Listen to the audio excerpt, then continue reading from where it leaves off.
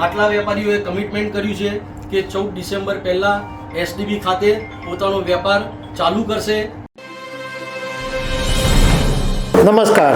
હીરા ઉદ્યોગની અંદર દિવાળી વેકેશન હતું એ લગભગ બહુ લાંબુ રહ્યું અને 1 મહિના જેટલું એનાથી પણ વધારે સમય વેકેશન રહ્યું. પણ હવે સુરત ડાયમંડ બુટ્સમાં ફરીથી એક વખત ધમધમાટ થાય એવા એક સમાચાર સામે આવ્યા છે.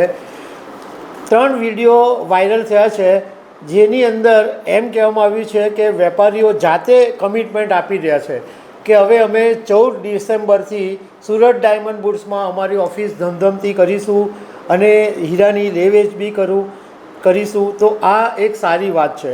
તો આના વિશે હું તમારી સાથે વાત કરીશ. મારું નામ રાજેશ શાહ છે અને તમે જોઈ રહ્યા છો ગુજરાતના સૌથી મોટા ડિજિટલ ન્યૂઝ પ્લેટફોર્મ ખબર છે .comને. સુરત ડાયમંડ બુટ્સના 3 વિડીયો વાયરલ થયા છે. આ વિડીયો તમે પહેલાં જોઈ લો કે એની અંદર વેપારીઓ પોતે જાતે કમિટમેન્ટ આપી રહ્યા છે. પુરાની અંદર એસડીબીના ચેરમેન ગોવિંદ કાકા, અરવિંદભાઈ પ્રમુખશ્રી તથા કમિટી મેમ્બર લાલજી કાકા, મથુરભાઈ આ બધા જ ભેગા થયા અને આપણે એક સરસ મજાની મિટિંગ કરી. વેપારીઓનો એમાં ખાસ સાથ અને સહકાર મળ્યો છે. આજથી એટલે કે 14 ડિસેમ્બર પહેલાં ભાવેશભાઈ શેઠ, નિલેશભાઈ અનેરી, નીરવભાઈ અજબાણી, સુનિલભાઈ શેઠ, સંજયભાઈ અજબાણી, લક્ષ્મીવાળા, શૈલેષભાઈ અને પિયુષભાઈ જોગાણી આટલા વેપારીઓએ કમિટમેન્ટ કર્યું છે કે 14 ડિસેમ્બર પહેલાં એસડીબી ખાતે પોતાનો વેપાર ચાલુ કરશે. આ સાથે એસડીબીને સપોર્ટ કરવા માટે આ વેપારીઓનો ખૂબ ખૂબ અભિનંદન કમિટી મેમ્બર સ્વીકારે છે. ધન્યવાદ. આજે એસડીબીના ચેરમેન શ્રી ગોવિંદ કાકા, અરવિંદભાઈ પ્રમુખ તથા લાલજી કાકા, મધુરભાઈ સવાણી તથા સેવંતી કાકા આ લોકોની નેજા હેઠળ સેવંતી કાકા સેજલ જેમ્સ એમણે એસડીબીની અંદર 14 ડિસેમ્બર કે તેથી વહેલા કાર્યરત કરવાની પોતાની ઓફિસની જવાબદારી લીધી છે.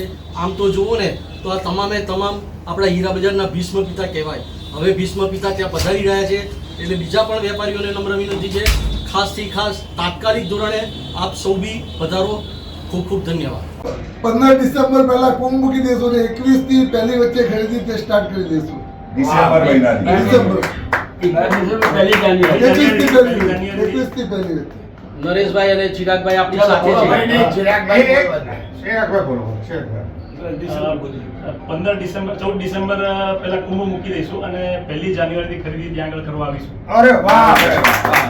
હવે વેપારીઓ શું કહી રહ્યા છે એ તો વાત કરીશ, પણ એ પહેલાં તમારી સાથે એ વાત કરું કે 17 ડિસેમ્બર 2023ના દિવસે પ્રધાનમંત્રી નરેન્દ્ર મોદીએ સુરત ડાયમંડ બુટ્સનું ઉદ્ઘાટન કર્યું.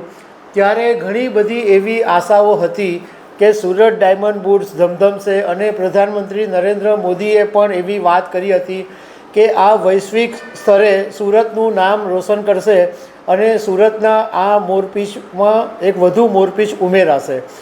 એ પછી સુરત ડાયમંડ બુટ્સની અંદર સમસ્યા એ ઊભી થઈ કે ડાયમંડ ઉદ્યોગની અંદર મંદીનો કાળ ચાલતો હતો અને એ મંદીના કાળને કારણે સુરત ડાયમંડ ઉદ્યોગ જે પ્રમાણે વેગવંતુ બનવાની અપેક્ષા હતી એ પ્રમાણે બન્યું નહીં.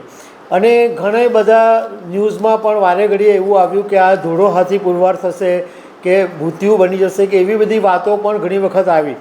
પરંતુ સુરત ડાયમંડ બુટ્સના જે હોદ્દેદારો છે એમણે સુરત ડાયમંડ બુટ્સને સતત વિકાસશીલ પ્રગતિશીલ રહે એના માટેના પ્રયાસો ચાલુ રાખ્યા. જ્યારે સુરત ડાયમંડ બુટ્સના સ્થાપક પ્રમુખ વલ્લભભાઈ લખાણીએ રાજીનામું આપ્યું એ પછી પાછો એક પ્રશ્ન ઊભો થયો હતો કે હવે સુરત ડાયમંડ બુટ્સ કેવી રીતે ચાલશે. પરંતુ એ વખતે તાત્કાલિક ડાયમંડ ઉદ્યોગના અગ્રણી અને રાજ્યસભા સાંસદ ગોવિંદભાઈ ધોળકિયાને સુરત ડાયમંડ બુટ્સના ચેરમેન બનાવી દેવામાં આવ્યા અને લાલજીભાઈ પટેલને વાઇસ ચેરમેન બનાવવામાં આવ્યા અને અરવિંદભાઈ ધાનેરા એમને પ્રમુખ બનાવવામાં આવ્યા.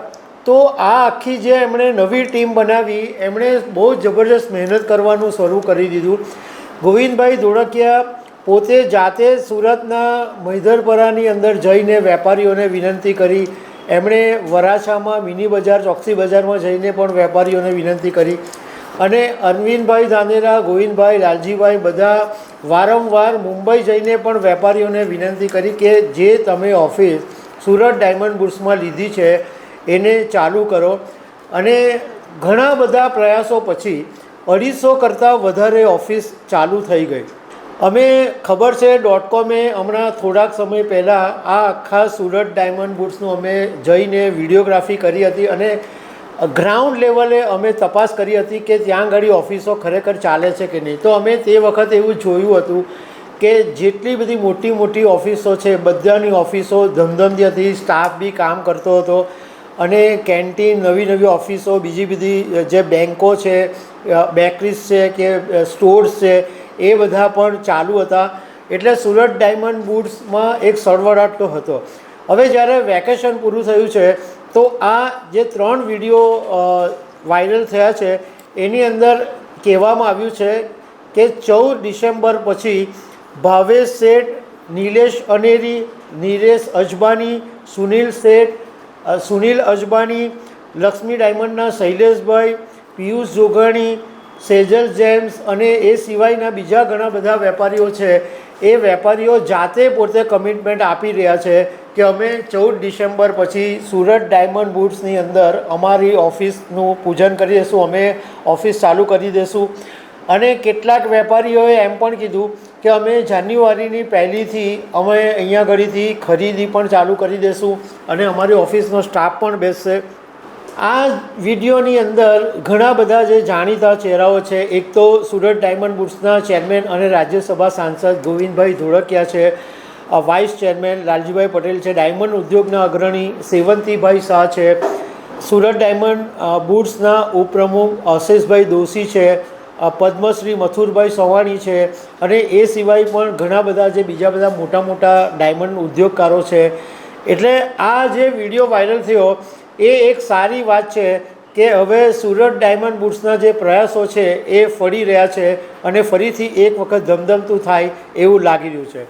તો દર્શક મિત્રો, આવી અનેક વાતો સાથે અમે તમને મળતા રહીશું. Thank you very much.